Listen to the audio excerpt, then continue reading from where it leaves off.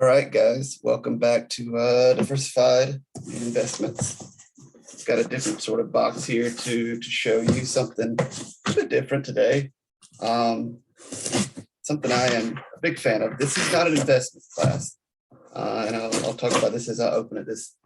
That precious metals.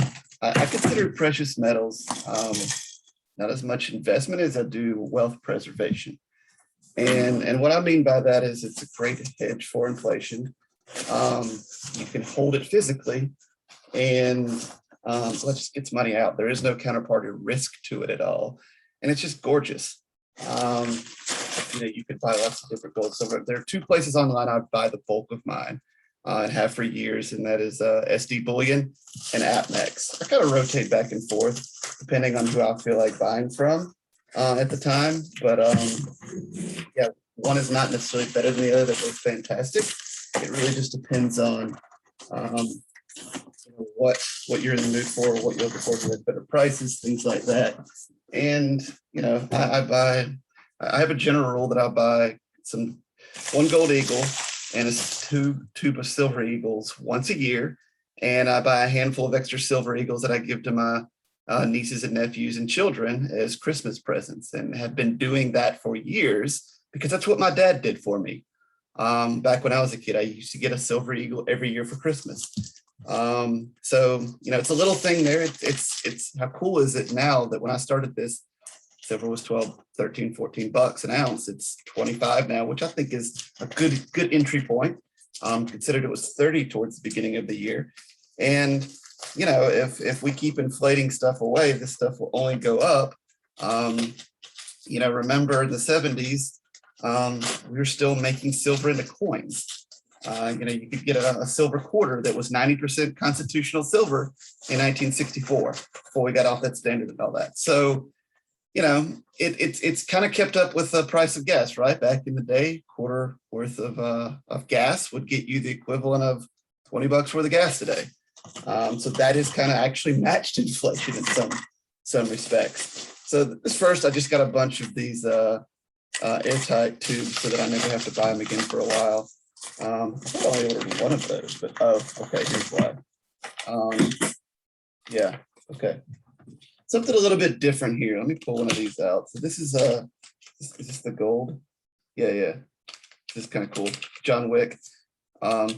John Wick constitutional gold. This is 1 ounce of gold from the it's kind of cool. You can't really see it that well, but this is from the movie set. It's an ounce of gold. An ounce of gold is worth $1,700-$1,800. So, not something cheap there, but just a cool kind of a little bit different. For the most part, I keep with constitutional coins, right? Like silver eagles, silver maples, but I do like to buy other things from time to time just to kind of randomly go out and pick it up. These are a bunch of, this is interesting, 2021 new 1 ounce silver $2 Star Wars, the Mandalorian coin. I got a bunch of these. All of these came from APMEX. If you're a Star Wars fan. And I buy these from time to time because this is a little bit different because you get a secondary axis, right? You get the price of metal as your base and then the collector value. And if this goes up, these $20, $25 coins can potentially be worth, $50 a coin. And it's not uncommon to see these sell individually on eBay a few years later for 50 bucks. These coins were 33, looks like, yeah, 33, $34 a piece. And I bought like 20 of them.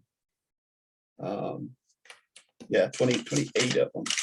Why did I buy 28 of them? I don't know, but I did. I bought 28 of them. Some more. I guess I bought the tubes to kind of hold these, but I don't have a whole bunch of those individually. Go for something else here. Maybe I'm planning on giving her some of those for Christmas. I don't know. That's another cool little thing. Here's some fun stuff. 10 ounce bar, a little silver nugget there. Oh, this is cool. All right, South African 1 ounce silver Kruger. Comes in a nice little tube. It shows you what it is, APMEX marked, sealed, so that if you're trying to pull, high grade coins out, I never open these. I leave them sealed, put them in the safe. These are 25 1 ounce silver maples for 2021. I haven't bought silver maples in a number of years. I used to buy a tube of them every year. So this is interesting. The Krugers here, I think these are 25. This is 25. You can see the different height of the two tubes. Always interesting how they stamp the coins. Silver Eagles come in tubes of 20, where some of these are in other sizes. All right, so I bought a couple extra of I got some extra of the silver Mandalorian. I'll probably try to flip them on eBay or something for 50 or something. But then here's the tube, an unopened tube of the Star Wars coins, just comes in a tube of 20 APMEX stamps. So it's really nice when you put these away, you kind of see how they're branded out. And like I said, it's just diversified, right? Like it's fun to get these other random little things, and you have a floor on them. It's always going to be worth at least what the ounce of 1 ounce of silver is. And then you've got the potential second axis of collectability, which is fun. Now, if you miss, it's never going to be worth anything, and a silver eagle is just going to have a better premium than one of these silver coins. So, play accordingly. This is a little bit different. This is fun. This is 2021 Sonic the Hedgehog 30th anniversary coins, count of 20. Can't really see if I can show you a picture of that. Yeah, kind of hard to see, but Sonic the Hedgehog, something a little bit different. Like I said, I'd already picked up my allocations of the Type 1 and Type 2 this year. So just buying some different collector's assets, a little bit different. So there you go, not a ton.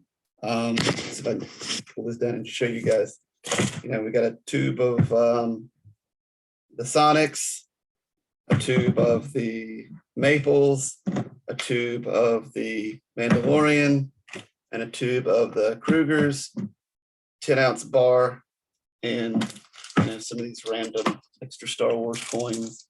I guess I got 8 extra ones of those. And then, finally, an ounce of gold. Usually I only buy gold eagles, but something a little bit different because I'd already got my gold eagle of the year. Some fun, something interesting, something good to give down. And I consider this stuff, stuff I'll leave the kids one day. I don't ever plan on selling any of this. It's wealth, it's wealth preservation, not growth. So worst case scenario, if you need it, you can take it down and sell it to your precious metal shop. But yeah, it's just kind of getting stuff out of the system and, enjoying owning physical assets a little bit for something that's been considered money for thousands of years. So there you go, something a little bit different. Something I like to diversify into is some precious metals. Thanks for watching.